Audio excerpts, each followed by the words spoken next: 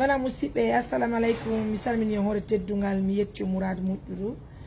na salmini julɓe Allah ɓen fof haray no andirɗon noon ko Mariam Touré présidente mo joɓere wiyetede assistance humanitaire d'urgence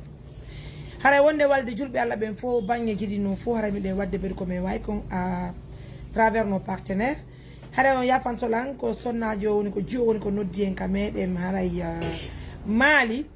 haray noon kañum sonnajo on imo faala hollugol e mappude makko nen ko adi adi kon taw yiɗen salmini julɓe Allah ɓen fof wona o ma o haray ɗen inni ɓe assalamu aleykum ɓe salmini ɓe hoore teddungal kañum sonnajo woni ko noddi en heeɓi balɗe kono golle giɗintana o wala hande kadi bimbi o en sisti moƴƴa yiɗen tagini tun hanta ko pellet haray waɗi mappude ko satti e makko ko fota wona e seeɗa e wawa e jentagol mo en même temps yewtiden e makko wawa en hollugol partenaire ɓe meɗen ɓen ko fewndi kon ka meɗen lagine e fe on sonnaji ko ɗum kadi ɗo salmini julɓe Allah ɓen fof haray kañum sonnajo mo ko ɓoggol e wawa tinnude makko o maka nayi mappude makko assalamu aleykum. Nala to ma chérie kono nteɗa na allo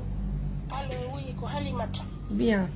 woni balɗe gila nodduɗa lan hulɗa la mappude ma ɗen hande kadi la même chose a woni matinale hare ko nunge mappude maɗa ko nu falla me waɗu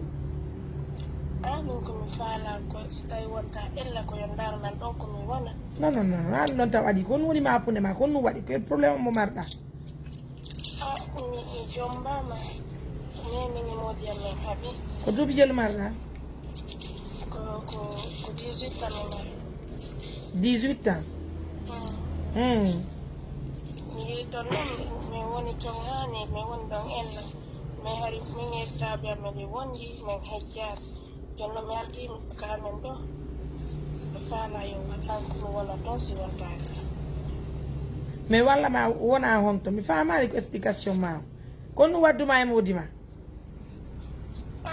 ko fiyesiraɓe an nde ko min waddugol fiyesiraɓe c'est à dire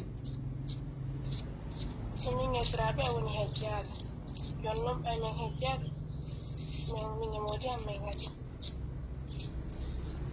hi joni noon haara ellan koye ma yuri ka ko honno woniri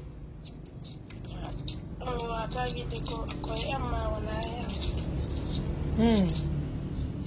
min wona mi wi yo acci tan a heɓanimo ɓiɗɗo jelo ga goto gorko ka jiwo gila onde sa artuɗa kam o e maɓe ko 2023 ɗo 2024 ɗo mi arti haray noon joni kon woni faale ma ko yo wallan mi yaa ton mi yaa on to ka wonɗon ɗo si on ɗaɓɓanotno noon kañum si wontani ara ko min mariyami woni ga si wontani no darnora i ɗaɓɓanama honɗum kami wona wonirani tun o yemi darasme ɓay komi golla ami écoute o lerɗo konto won ɗon konto wonɗani maari ka hombo ko biro joni noon ko honɗum bureau en holli kamɓe fi seddigal ɓangal e modi ma kamɓe min woni ɗo han heeɓi ɓe arali famille modi ma on arali ko ɗum waɗi himɓe moɓɓe noon toon kamɓe ɓe nattalima ɓe heɓali idée nattugol ma ka modi ma andi ɗon no satti ɓay o arali wenni mo faala henditade kono ma chéri satta andi dewgal e keleyagal wona gotum dewgal ngal nga huulay ngal welay kala innuɗomo son jaaki e dewgal ala on tifenanimanene kotano joni noon ɗo minen yomin waldema iwa maali ara mamu wona ɗo hay siɗa gollude a accata men walla ma weldita e modima me ɗaɓɓanama golle gollaka modima dankoɗa ɓiɓɓe maɓe e modima hara ɓiɓɓe maɓe wona ɓikkumɓe baba feere ma chéri hey defto min ɗon faalade hay siko mi hoota saggam mi yayno taw seeɗa na min saggam hay simi hoota mi yahay taw seeɗa yaa on to seeɗa walla mi yaa toon taw mi golla mi heɓa seeɗa hokkuma noon mi haa no on ɗo modi ma woni nini mo wonata a hiɗi modi ma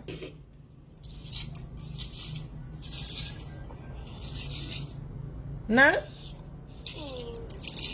hiɗa yiɗi modi ma ka mais nini mi faalaka hawtugol mais ay si a hiɗa modi ma ɓiɗɗo mo heɓuɗa no hiɗimo ka ta faala ɓiɗɗo ma heɓu barki ka awa jippi ɓerde ma nde muñitoɗa ka dewgal ma nani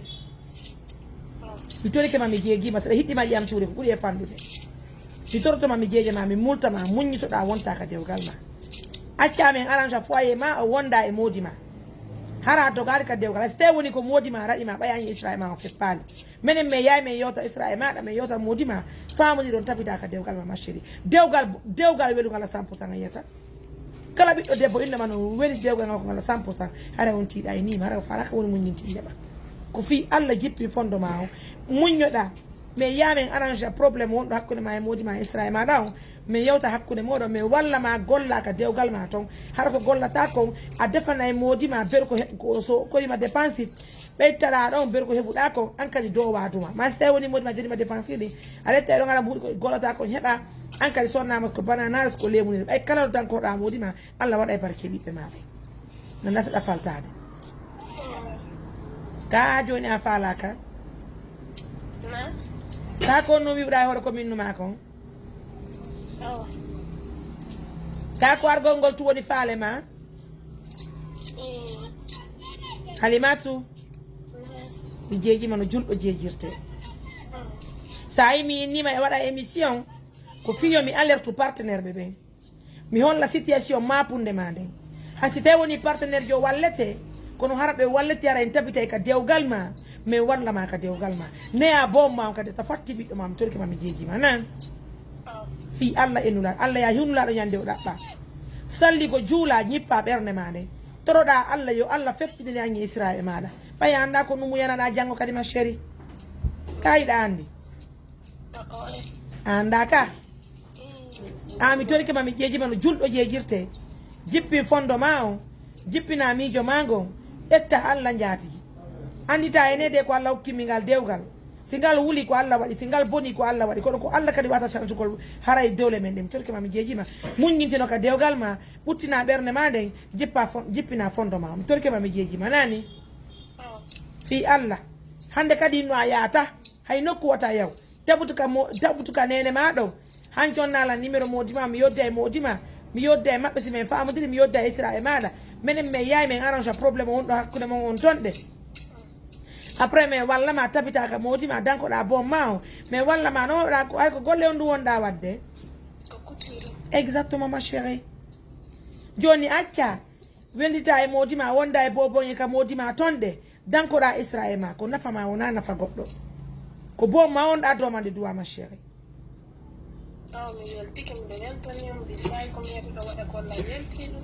d'accord merci chérie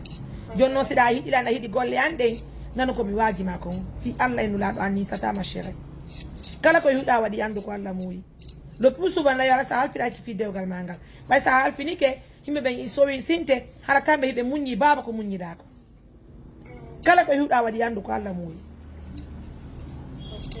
a faltike a jaɓi ko minnuma kon